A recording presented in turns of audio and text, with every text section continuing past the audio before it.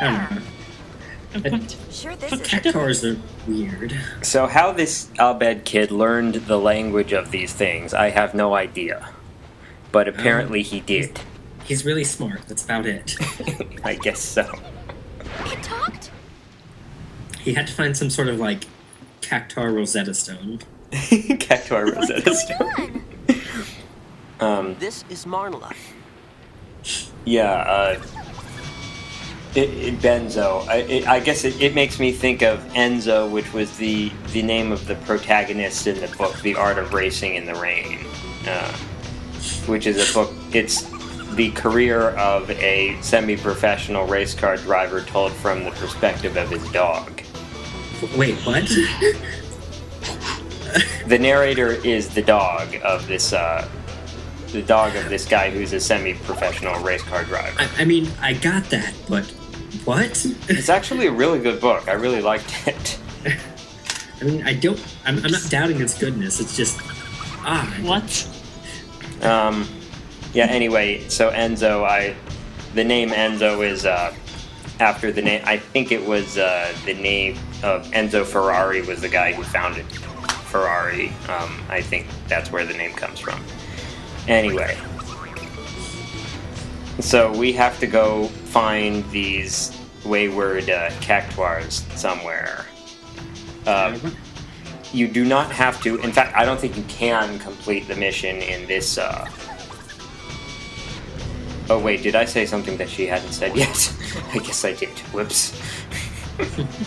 Naughty Vinca. I mean, is that thing actually a cactuar? Because it's just a moving cactus. It doesn't actually look like a cactus. Okay, so what she actually did say already was that when a cactuar gets old enough, it anchors itself and just becomes a cactus again. Oh, okay. Huh. But still, apparently maintains its sentience. Yes.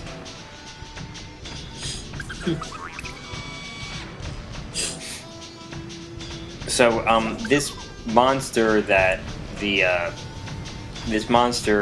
she's talking about, I think it is possible to encounter it before this point. It is Will that mess something up? What? Will that mess something up if you encounter it before this point? I think if you beat it before this point, it will, but not just if you encounter it. It has something it can do that will basically eject you from the battle without a game over. And I think if you encounter it too soon, the battle will usually end that way. Or maybe I'm thinking of a different boss. There's one boss that you can encounter if you're digging, and it has a fuck ton of hit points, like more than 300,000. It's basically an endurance battle. Of course, I'm going to have to fight it eventually. Yeah? Yeah, maybe there's a different boss that, but I think the two are related. I don't remember all the details. I will fill in the details in chapter 5. So is this similar to the one from Final Fantasy X where you have to track them down to get all the... I forgot what you get for tracking them down in X. I think it's one of the god weapons or like a sigil or something. Yes, it is similar to that quest, except they're not all conveniently located in the desert this time. So are they in actually places like other areas of the map? Yes. Really? You'll get a hint. You'll only, I think only you can find only one of them at a time. You'll only get one hint at a time, and that one is the only one you can find. Then you go back to get the next hint once you've found it. So where's your first one taking you? I do not remember off the top of my head, but I do not go get it in this session. Okay. So it's just something you push off to later? Yeah, like I said, I don't think you can complete that quest in this chapter. I forgot about that chest. What do you need to unlock that? I think you need a desert key. I don't remember where you get it, but I'm pretty sure that I'm going to get it at some point. Okay, at some point. Alright, I actually start the plot stuff of this chapter late in the session. I was planning to go to the end of the chapter, but as you can see, I had plenty for one session. Oh yeah. Yeah, at the end of chapter 3, there's something really, really important that you have to do, not just if you want the perfect ending, but if you want the good ending. And it's something that there is no way you would guess. Or at least it's highly unlikely. No, it comes at the end of the chapter, so I shouldn't say anything more about it now, except that it's just another fuck you to the player. Okay. Yeah. Don't you just love those?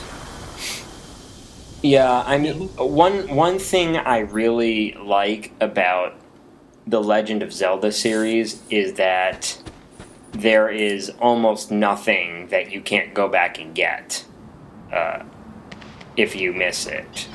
Yeah. Final Fantasy games, not that way. Yeah, I mean, you have a lot of options moving around, but there is kind of a, like, linear path. Yeah, what I find kind of funny is that, so they had Final Fantasy X, and people complained that it was too linear, and then they came out with this game, which was precisely the opposite, and then they did the same damn thing in Final Fantasy 13. Oh yeah, Final Fantasy 13 is hella linear. And then they did 13-2, which was the opposite. It's yeah, 13-2 was hella jumping around. I haven't even finished that one. Yeah, I haven't played either 13 or 13-2 because I never got a PS3. Well, 13, I mean, people talk crap about the series a lot, but I did enjoy it. And the only reason I haven't finished 13-2 is I'm at a quest, which is a fetch quest. I have to go to various places and find 10 of various objects and bring them back somewhere. And which is really annoying. And I've been trying to do it without a guide, but they're really hard to find. Okay, so what I'm doing now is I'm dispatching chocobos to find stuff. Woo! To get to finish this chocobo quest, you have to dispatch 3 runners of each level, 1 through 5, and have them return. I don't think they have to find items, but they have to return, not run away. You can do it at any point, and for if anyone does run away, then you can just send another to meet that requirement. How the heck are you supposed to some of these things? I'm how the heck are you supposed to know that you're supposed to do this? I guess they sell more players' guides that way. It's who sits around and does so many different things that they can figure out what variables work and what causes things to happen? I don't know. Anyway, it's a good idea to start doing this thing now because once you've sent a chocobo out, it will take a while to come back. So I will probably be, in Chapter 5, I will probably be returning here every so often to check on it. But the most annoying thing is that when you catch a chocobo, you have no way of knowing what its maximum level is. Snap. There are only... It's pretty rare to get one that can go all the way to level 5. Is there any correlation between, the area you find them in and their level? I do not believe so. Okay. I was just wondering, because at, higher level places, would you get higher level chocobos? They all start at level 1. Well, I mean, potentially higher level. Yeah, I don't think so. Yeah, my biggest criticism of this game is the god damn it moments, of which there are very many.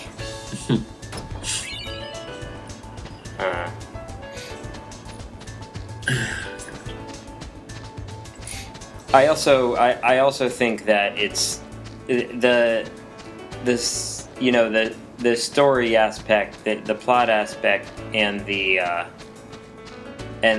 aesthetic, shall we say, kind of clash. I think that people get stuck on the outfits and stuff, which are kind of out there. Yeah, and a bit sexist at times. But then there's the plot, which I think is very, the plot I think is a lot more, progressive minded, a lot more. Like this game is about Yuna sort of getting out of the shadow of everyone else and being her own person. And I think that perspective is feminist. But unfortunately, it can get lost in some of the other stuff. Always have a plan B. Yeah, like I have a friend that like loves this game for the reason of like the all-female cast and like that was like one of their main things for actually liking this game, because they said a lot of people didn't like this game for that reason.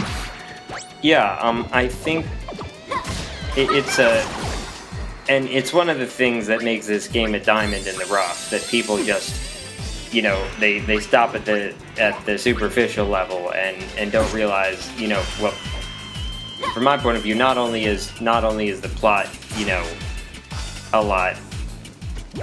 a lot deeper than it appears to be, but the gameplay is a lot of fun.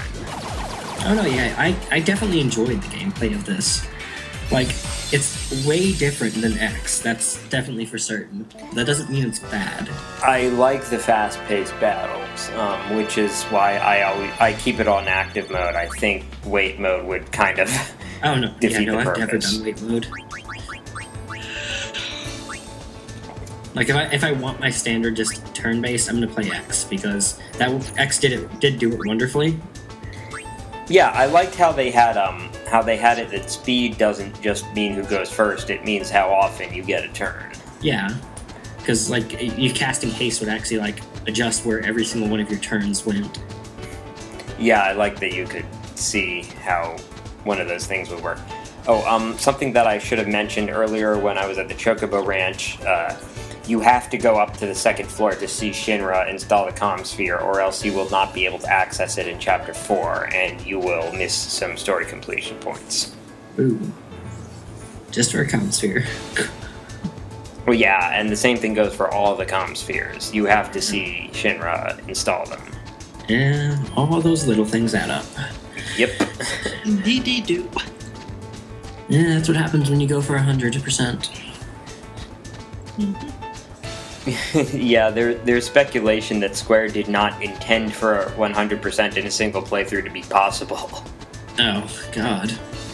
Well, I mean, I definitely don't think it would be possible without a guide. Oh, no, it wouldn't be possible without a guide. Anybody that... If I ever hear anybody say they've done 100% on this game without a guide, I wouldn't believe them. Like, a lot of games, like, I don't like using guides for a lot of games because I like to, like, play it through and everything, but there's some games where I'm like, I don't know how I'm going to do this without it. Yeah, like, Okami, my rule was, like, the main, and there are amorphous gels or something here, too. That one, I didn't do so well against it. Oh, yeah. You killed Riku. Poor Riku. And Pain as well. No, never mind. Pain ran away. As did Yuna.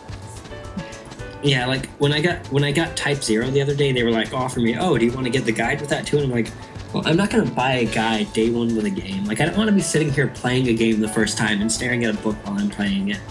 Yeah, my rule with Okami was the required stuff, the main quest stuff, I did without a guide, but the side quest stuff, I used a guide for it, because otherwise there's no way I would have found all the beads or yeah, like, it's just that stuff. Yeah, I have to, like, at least complete it one time through before I would use a guide.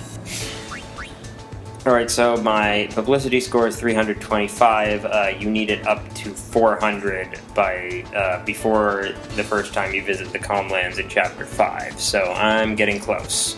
Right, and you still have an entire chapter between there, so... You can't do any sales pitches in Chapter 4. Oh, shit. So it's going to be all Chapter 5. But if if you pick all the right options, and since I have a guide, I know all the right options. It's 5 per person, so 75 points needed. I'd only have to talk to 15 people. True.